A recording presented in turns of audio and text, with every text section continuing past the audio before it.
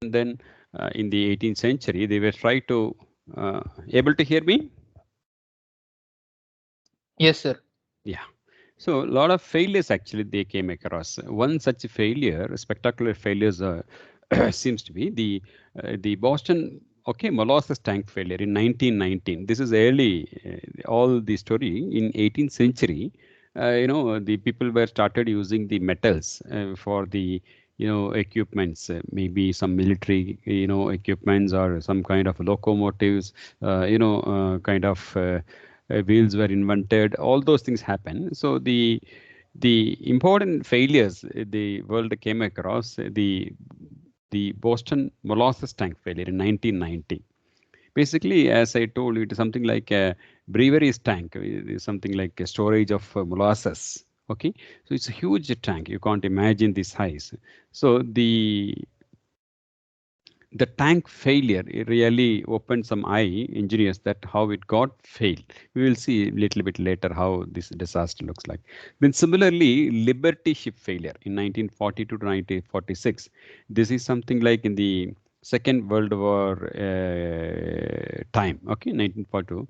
The exigencies of World War II put a pressure on speedy production of ships, leading to all welded design ships resulted in no control on fracture. That means the ships usually they used to have some kind of bolt and nuts kind of things, but because of the speedy manufacturing process, they were used to the welding. So what happened? Welding, you know very well. The welding, when you join two pieces of metals, no, the metal may be something like maybe some kind of ductile in nature, but when you connect it through welding, no, it's a high heating process. No, what will happen locally? The welding part will become more brittle in nature. Okay, these welding parts more brittle in nature. So what will happen? This brittleness is more vulnerable for fracture. How and all we can say little while from now. Similarly, the comet disaster, because most of the things, the commercial jet aeroplane, okay, in 1954 it happened. Okay, because of this comet disaster, this jetliner failure, uh, then a lot of new things have come up. Now you can see your aeroplane, the windows are all looks like oval shape, no, and that is all because of such failures only. Why the windows become in any of the openings in aeroplane or rocket, something like that, you cannot see a kind of square or something like that. You can see more or less a round shape or oval shape, or even the corners of the any short page has been highly chamfered. So because those are the points where you will get the a lot of stress concentration. Yeah, stress concentration. Then Aloha Airlines, okay, the fuselage got failed. Okay, uh, totally while flying, no, in the airborne, opened up. Fuselage, part of fuselage got opened up. Okay, this is because of the corrosion. This is because of the corrosion. You may wonder actually the corrosion is only for the steel or iron, sir. How come for the this one aluminum? Yes, aluminum also will corrode. That's called precipitation kind of things. So I'm just quickly going through what exactly the Boston molasses in 1919. Okay, in Boston. Okay, the 2.3 million gallon tank basically. Okay. Mm, in fact, this got actually only 3 years in service, and the tank is around 50 feet tall and 90 feet diameter. Can you imagine? 90 feet means a 9-story building width. Okay, and 5-story building height, one tank size. Okay, this is the the possible picture, something which was taken. Okay, at that point in time, the tank after the failure. What will happen? It came up. The tanks failed. Okay, how much it got about 14 tons of molasses each. This one got okay. So the 14,000 tons. How it got means inside. No, when it was something like some slight earthquake or something came. So what will happen? The inside the molasses, no, something like it got affected because of the wave movement. Okay, the because of the earthquake. What happened? The connections, no, welding connections. Okay, there were some leaks, but this tank color was also they painted in some kind of brown color, and also they could not notice the small leaks which happened on the connections. Okay, where they welded, because it's such a huge tank you cannot make in a single piece of sheet or something like that. It is a bits and pieces only. You can see here. Okay, the welding kind of things. So there were some kind of leakages, but what happened? Suddenly, a small earthquake came. No, because of that, the inside of liquid fluid, the molasses, it got that splashing effect. It actually produced some kind of additional unexpected load to the structure. So what happened? These tiny holes, no, this got triggered and it failed. This is the problem. So it took actually more than 6 months to clean the place. Such a very foul smell for, so many years. The people used to recall Boston. This foul smell, it lasted more than, 6 months or more than years together. Even the cleanup itself took 6 months. So, okay. This was the main reason. Okay. And the tank, that is specification 15 mm thick steel plates. Can you imagine 15 mm thickness? What happened? Because of the molasses tank, the tiny holes were there in the welding locations where a small seepage was happened. They could not notice. What happened? The molasses also, it's a closed tank, no, produce a lot of gases.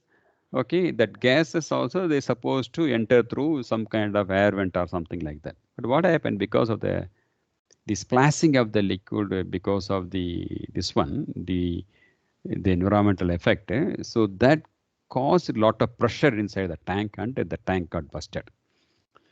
So after the investigation, they revealed that possible cause was the sudden temperature change. Okay, as the temperature on the previous day was -17, and on the day it occurred 4.5. So this change, what happened inside, the pressure got triggered. Okay, and the tank got busted. The tank got busted. The design was considered inadequate, and it could not withstand the pressure created inside the tank. Similarly, the Liberty ship. So the Liberty ship, there are about 5,000 ships were made. Okay, for the World War II. So in that 5,000, 1,000 suffered significant failures. Some of them broken into pieces. All it happened not one day. It is about this period 42 to 46. How? Because of low temperature. Because the sea, no, which is traveling from America to England and all, no, for war, no, Second World War, America, England and all on one side, German, other Nazis are on the other side. So the tanks, the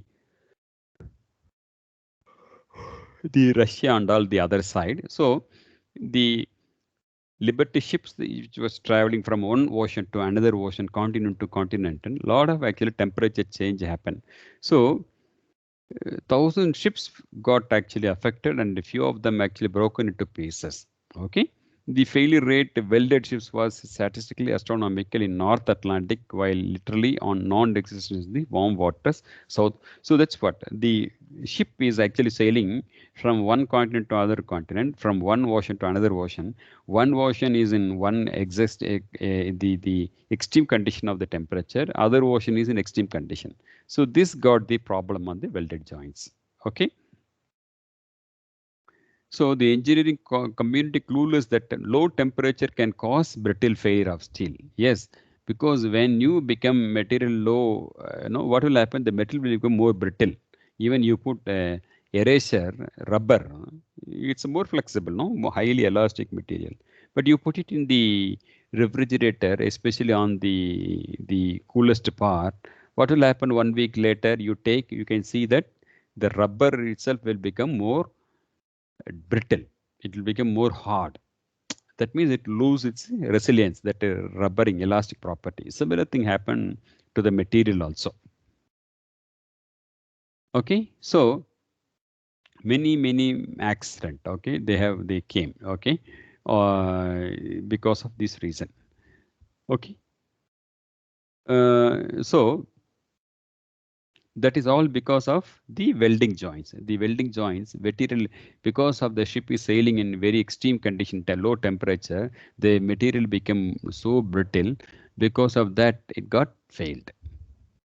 Similarly, Comet disaster is the first commercial jetliner in 1952. Okay, de Havilland Comet.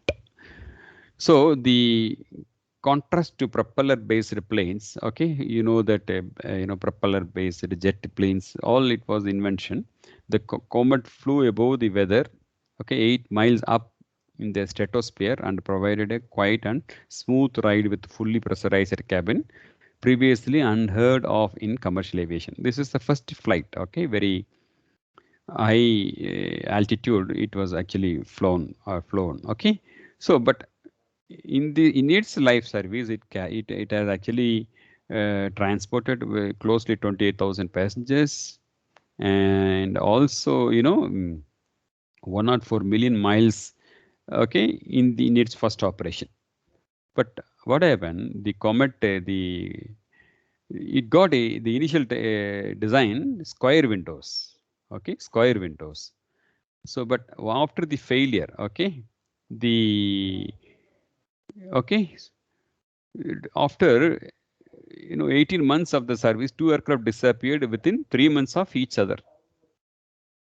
Then actually they found actually all the debris, no, they collected and they reinvestigated it, and they found the crack was started from the window.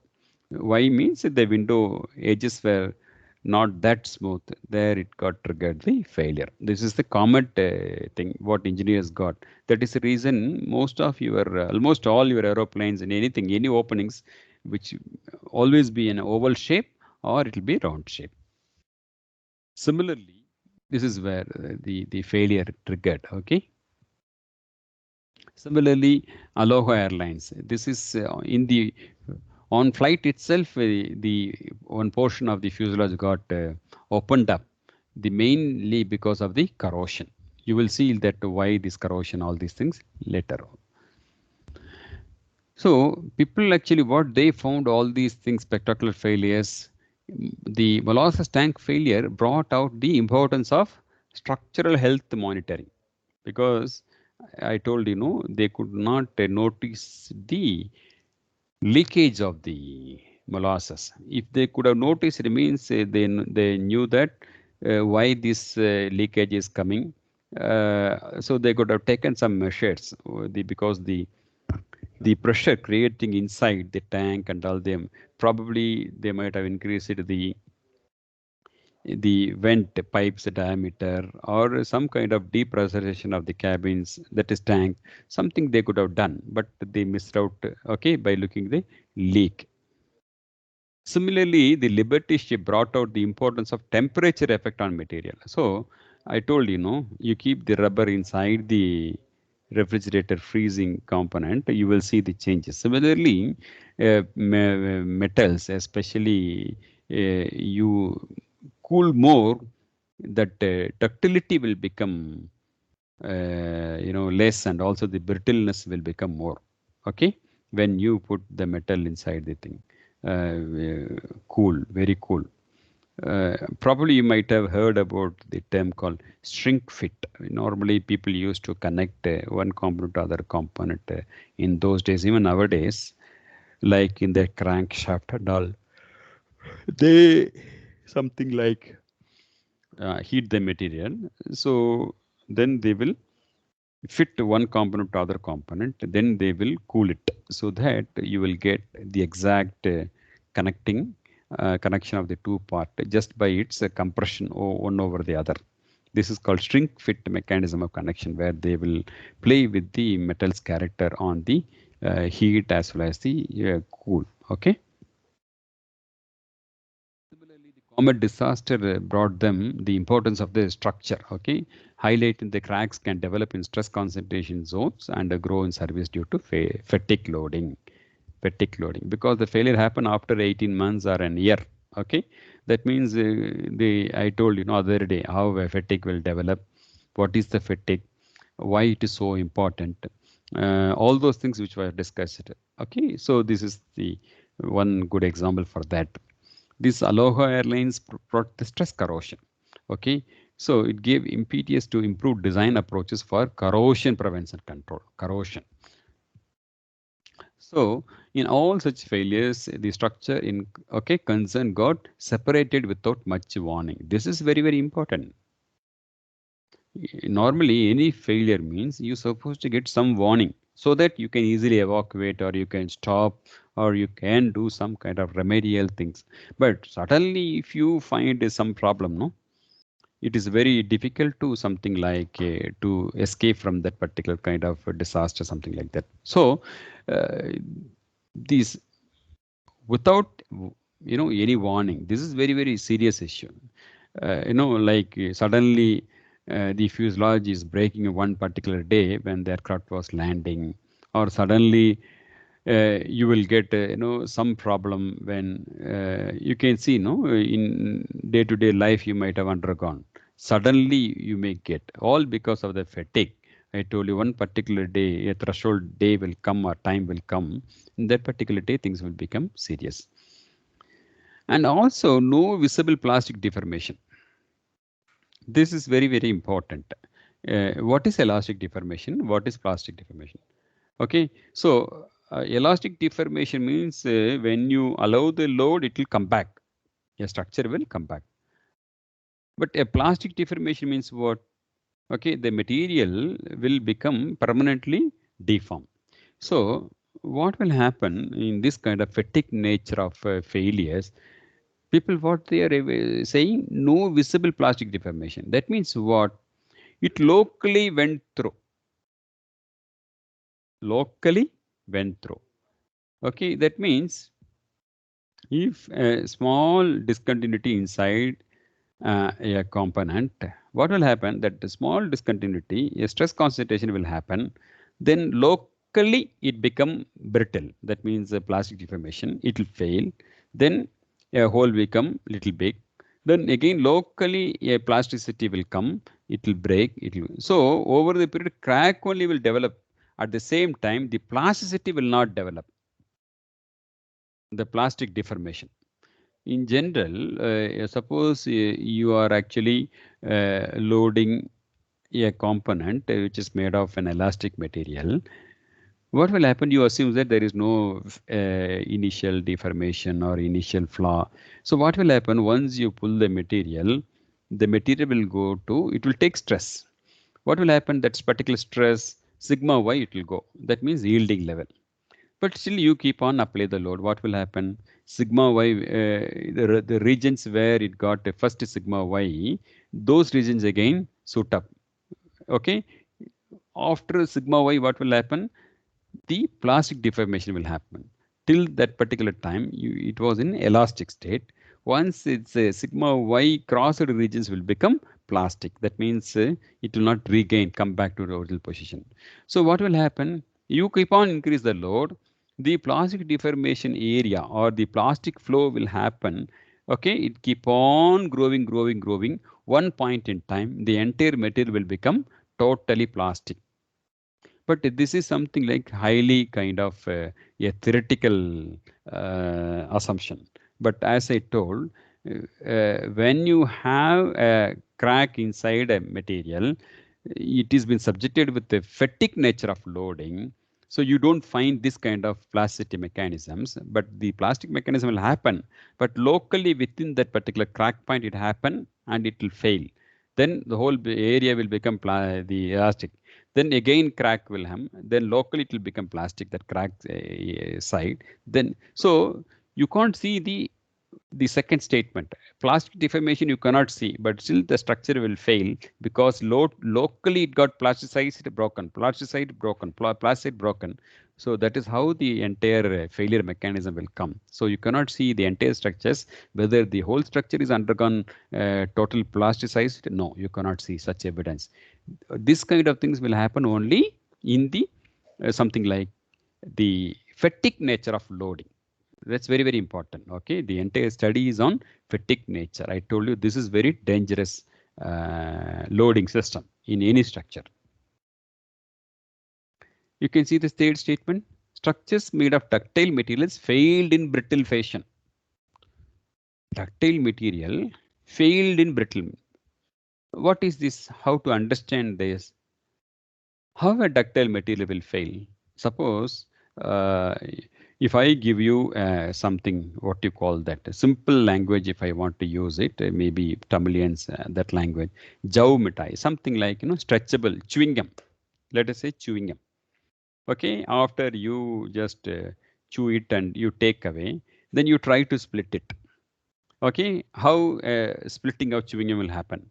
That easily one can assume that can take it as a ductile nature of failure. However, chewing gum will becoming two pieces when you stretch. That's very close to an example for a ductile material to fail. But at the same time, a brittle material, how it fails, you take a chalk piece. Okay, you just pull it.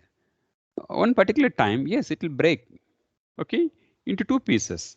But if you see the difference of the chalk piece broken style as well as your chewing gum, lot of difference. Why? That is elastic. This is a plastic. That means highly brittle. Now, what is the statement here we made? The chewing gum failed chalk piece fashion. A chewing gum type of structure, chewing gum material failed like a chalk piece. Can you understood what I'm saying? You people, I'm asking question. Yes, sir. Yes, sir. A chewing gum failed like a chalk piece. You got the point what I'm saying? Yes, sir. Yes, sir. Yeah, that is where the whole lessons of the study. Because ductile material failed in brittle fashion. That is where the whole fracture mechanics lies. Because they were using a ductile material only. But it failed brittle. That means after failure they have seen, they could not see ductile material, they could not see a chewing gum kind of failure. Then only it's a ductile failure. But they found chalk piece kind of things. That is where the problem. Why it happened? Because of the initial flaw which is inside the material, because of the the service load, sinusoidal load or fatigue nature of load, locally it made plastic failing. You will see all those things in detail. So because of that, what will happen? One particular day, the whole structure will become two pieces. But if you see the failure after the study, if you look, you don't see chewing gum kind of things. It looks like a ductile material, simply two pieces without any that yieldability you cannot see. Why? Because of the locally it got plasticized failure. Plasticized failure, so you cannot see the stretching effect. This is important in aeroplane design or a ship design or any design, especially the component is subjected to fatigue loading. Fatigue loading. Okay, right. This observation is very, very important. Ductile material failed in brittle fashion. Why? Ductile material failure means when I say chewing gum, I know my material is going to fail. I can escape because the chewing gum suddenly it will not break. The way it is stretching time, I know some kind of deformation will happen. By the time something I can do and I can assume I can escape. But a chalk piece fails, even you apply load, you cannot see any deformation. Suddenly it will go into break in pieces. So similar thing happen in aeroplane or rocket or submarine, something like that. This is where the dangerous. This is where the dangerous. Okay, right. So why what are the factors triggered the brittle failure. Okay, why that's what, no? Why a ductile nature is becoming a brittle nature? What are all the reasons for that? Let us look here. These failures, okay, whatever the spectacular failures, what they did, found presence of triaxial state of stresses due to inherent flaw in the material. Triaxial state means what? That means all the three directional, okay, the stresses created in the vicinity of the hole. Presence of the triaxial state of stresses due to inherent flaw in the material. Locally, lot of stress concentration happened. Low temperature or aging due to corrosion. So the corrosion also makes a ductile material into brittle fashion. Okay, and also growth of crack to critical levels due to fatigue loading. Okay, this is fatigue loading. So one of the reason is fatigue loading. Corrosion also, it is like a fatigue. Corrosion also aging slowly. See, the low temperature or aging due to corrosion, this corrosion holes will be subjected with fatigue loading. And also the corrosion also, it will grow. How a corrosion will grow the failure? Corrosion needs some load. How that load comes? Through fatigue. For example, suppose I have an aeroplane. My aeroplane wing is exposed to rain, very cold weather, snow, so many things fall on my wing. So because of that nature, my wing is having a corrosion failure, a corrosional opening. It's not inherent flaw, with the flaw which happened because of the corrosion. Initial. That is sufficient for the fatigue loading to grow, because the corrosion happened and later on you keep on the aircraft on the same temperature or environmental condition. Because of the corrosion itself, it will take away the structure, it will go, penetrate and go. But how the corrosion will trigger fast growing means because of the fatigue loading. The corrosion effect of failure, how it become fast?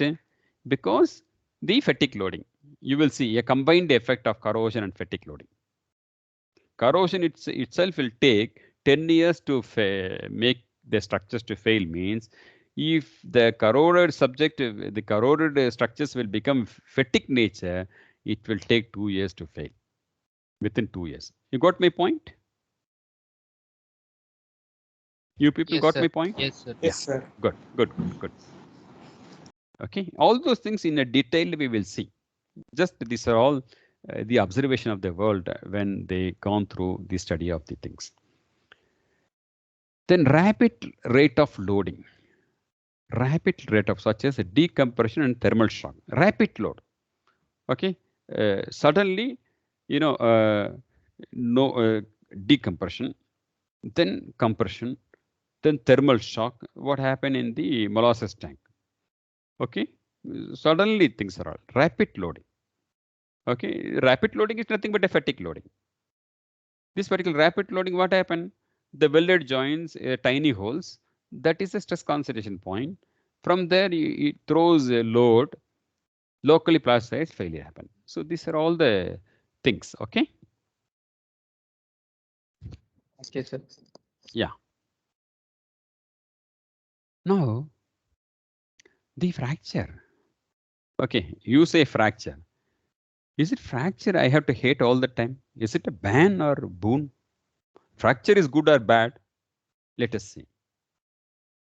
Failure of structure in service due to fracture needs to be avoided or prevented. Yes, of course. No doubt in that. But however, fracture as such is not a ban, as many useful aspects of human living depends on fracture. Isn't it? No. People used to say, no, even we are here because of the fracture. You know why? Anybody can answer it? The whole human being are there in this earth because of the fracture. Agree with me or not? Yes, sir. From these sponges. How?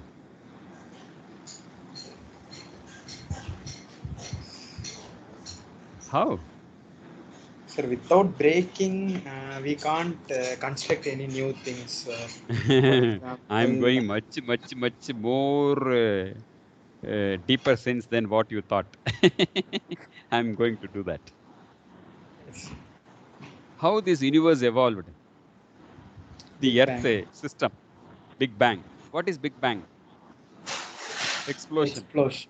Yeah. If that Big Bang could not happen, do you think that we have evolved? No, sir. So fracture is a ban or boon. You got my point, no? Got it, sir. Yes. So without fracture, nobody there. Even to be biologically, if I speak also, the chromosomes X and Y, the breakage, penetrations, it all matters. Okay, so fracture is not always hateable things. That's what I just want to tell you at the moment. Even you are eating idli and this thing, no? Even your tiny rice did not get fracture. Do you get idli or dosas? No, sir. Yes, isn't it? No. So laying loads in mountains, digging tunnels. If you cannot fracture it, can you do it? No, sir. Yeah. So you fracture one side, yes, it is necessary. On the other side, yes, it has to be avoidable. How it's contradicting, no? Yes, sir. Yes, no. One side I hate it, another side I need it. Am I correct or not? Yes, sir. So just thinking. Okay, right. Mm, some what I call that. Uh, just day to day. Okay, day to day. You just bought some sachet packet. Okay, it can be a supari or it can be whatever it is. When you want to cut, you want to cut it. No, what you will do? You will just tear it. Suppose you could not tear it, then you will twist it or try to change a position or something. Or even have you seen the Supari Roja Pak that is, isn't it? No, have you seen it? No, that sachet pack or shampoo. Am I correct? Yes, sir. Yeah. So you could actually separate it only one direction only. You cannot put it in the other direction. Am I correct? Yes, sir. Yes, sir. Why? Maybe at that point there is a flaw. They made it No, ma. intentionally. You take a shampoo packet. Okay, Yeah. sham packet, only any two sides only you can separate it. The diagonal to that you cannot separate it. Am I correct? Yes, sir. Yeah, through using your free hand, isn't it? No. Yes, sir. Yeah, because if you see the shampoo packets that edges, because that discontinuity, they are removed, no. So you can see lot of flaws there. Have you noticed it? That cutting edge. The shampoo sachet, it is hanging in the shop, isn't it? No, you are asking one or two shamps. What he will do? He is actually He will, cutting it, isn't it? No, he's tearing it sir, he and will give it to tear you, it. isn't it? No, you can see that that surface got failed. You can see a kind of VV notch or some kind of discontinuity in the cutting portion. So from there you are giving negative. The opposite. This one means they are trying to coming out. On the other side, you cannot do that. It was actually a pakka side. You cannot make it to break or open. But this side, already there is a flaw. That is what you could really open the shampoo packet. Have you experienced it, this one? This example? Yes, sir. Isn't it, no? So that Yes, means sir. what? You need some flaw to break the material. Some discontinuity should be there. Am I correct or wrong? Yes, sir. Some flaw should be there. Yes, isn't it now? Like so that flaw important, very, very important. Okay, very, very important.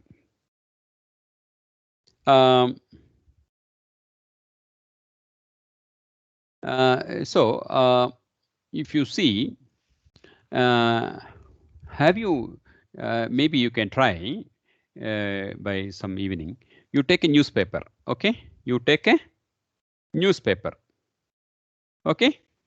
Okay, sir. Newspaper, one sheet, full sheet you can take, okay? Okay, sir. One full sheet means 1/2 only. That means what? Newspaper, once you open, there are 2 pages, no? Yes, sir. Yes, sir. You take one side. Okay, sir. Now you can do one thing. You just tear it in one direction. You see the, okay, how you are tearing it. Then you tilt it and tear it on the 90° to that. You can see the difference.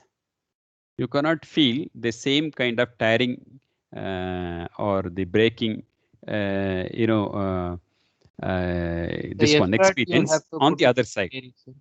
Pardon, pa? The effort you'll have to tear it from each side may vary, like. Not only effort, and also the fracture surfaces also it will vary. Okay, sir. Just try it and tomorrow you can experience with me. Okay? Okay, Tear it on one side and turn the paper, and the opposite side also you tear it. 2 surface of, you try to make it failure. Then one important idea or important what you call that theory, you will get it. Tomorrow that we will continue that discussion. Okay? You just do that. You take a paper, tear it on two sides. Let us share your experience tomorrow in the class. Okay? Right? Okay, yeah. Sir. You will see a lot of that, a lot of idea on that. I will throw you something on that tomorrow. Okay. The cable car, probably in Shimla or Palani, you might have seen, no, cable cars. Cable. Yes, sir. Yes, sir. Isn't it? No? Have you noticed the cables? Ropes, cable, that steel ropes. Have you noticed it? Not so intentionally, sir. A rope, thousands of strands together only they made a rope. Do you know that? Yes, sir. Yes, sir. If you go and see, small thin wires only tied together, they could make the rope, that steel rope. Isn't it now? Yes, sir. Yeah. Probably we might have actually heard the news, Simla, or very recently within a month in New Zealand or somewhere, the rope car fallen and 17 people died. Have you read it? Very recently. Okay, so why I'm specifying that means the rope is made of several strands. So what is the main advantage of that means? Suppose one strand got discontinuity inside, even the fatigue nature of loading, a failure triggered means the failure will happen only that particular single strand out of that cross section, thousands of strands. So your rope will not break into pieces. Assumes that particular rope is made of single material, single strand. It is not possible, but you can imagine. Why? Because some many crankshaft and all made of single shaft only. So why the cable cars are all using multiple strands means one is flexibility, obviously, otherwise you cannot make the rope. Number 2 is any material discontinuity happen in one particular cross section, it will fail within that particular one of the 1,000 strands. So you can easily see and you can easily escape. Whereas a single bar, a failure starts inside.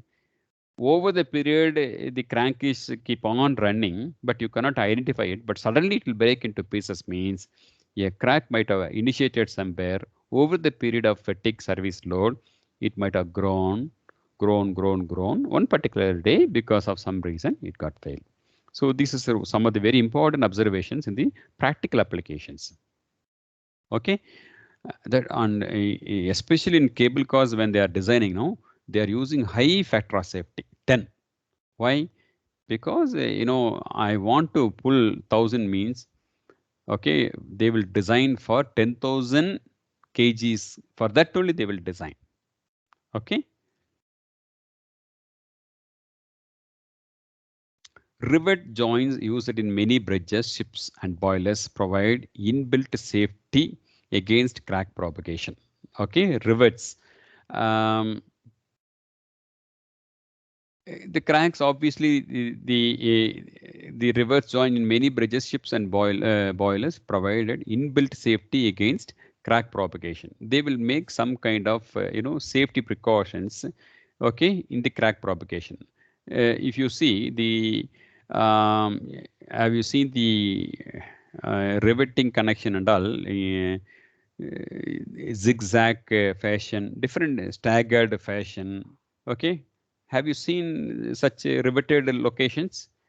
There is some gap between one rivet to another rivet. It's all purely designed space. It's not simply they made space.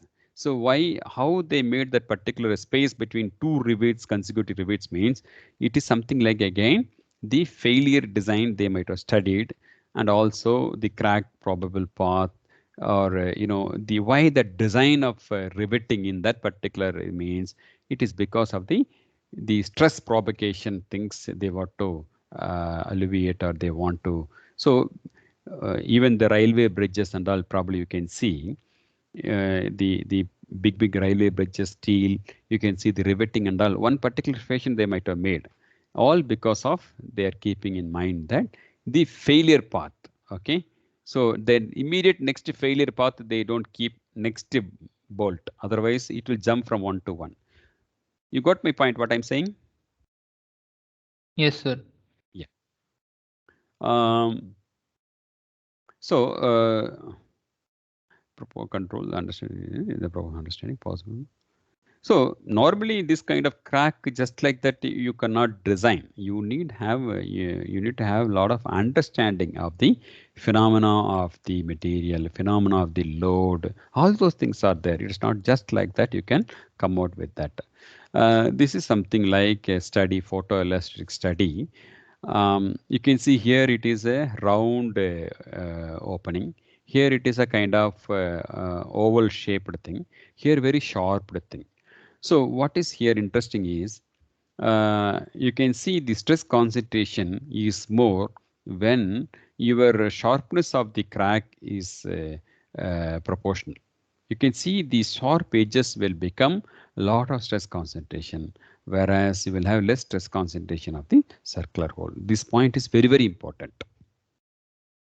You understood here these three figures, the severity.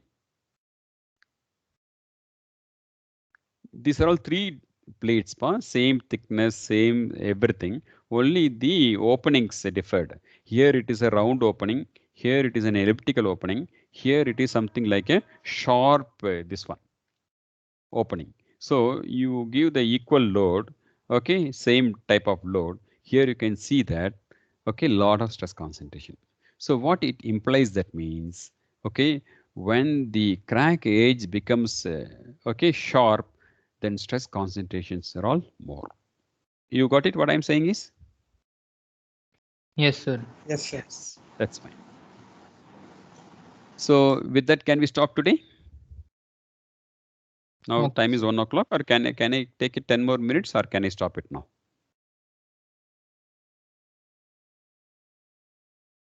Can I stop it now? Yes, sir. We can stop. I think so. Okay, so see you in the next class. Fine. Yes, sir. Thanks.